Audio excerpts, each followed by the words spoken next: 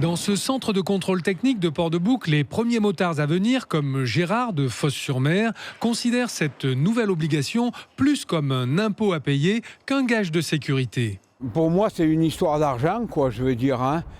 Mais voilà, quoi. Moi, je viens parce que j'ai pas envie d'être emmerdé quand je serai contrôlé, c'est tout. Mais bon, une moto, si on n'a pas des bons freins, ben on est sûr de se tuer. De toute façon, on est quand même conscient qu'il faut faire les choses correctement, quoi. Hein. Même réaction pour Stéphane de Port-de-Bouc. C'est l'État qui nous ponctionne, quoi.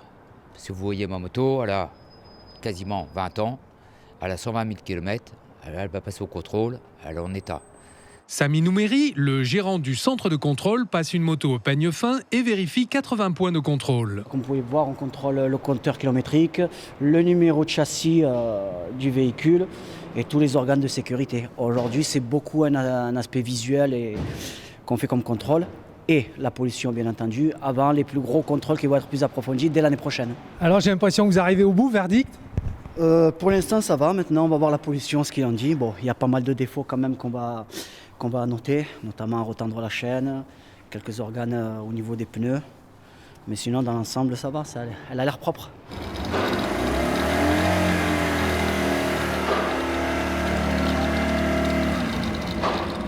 Donc là, qu'est-ce que ça dit alors ? Donc là, la pollution est acceptable, donc le véhicule est en conformité, il peut rouler. Pour un contrôle technique, il faudra débourser de 60 à 75 € en fonction du type de véhicule, car les 3 roues, les quads et les voiturettes sans permis sont aussi concernés par cette nouvelle réglementation.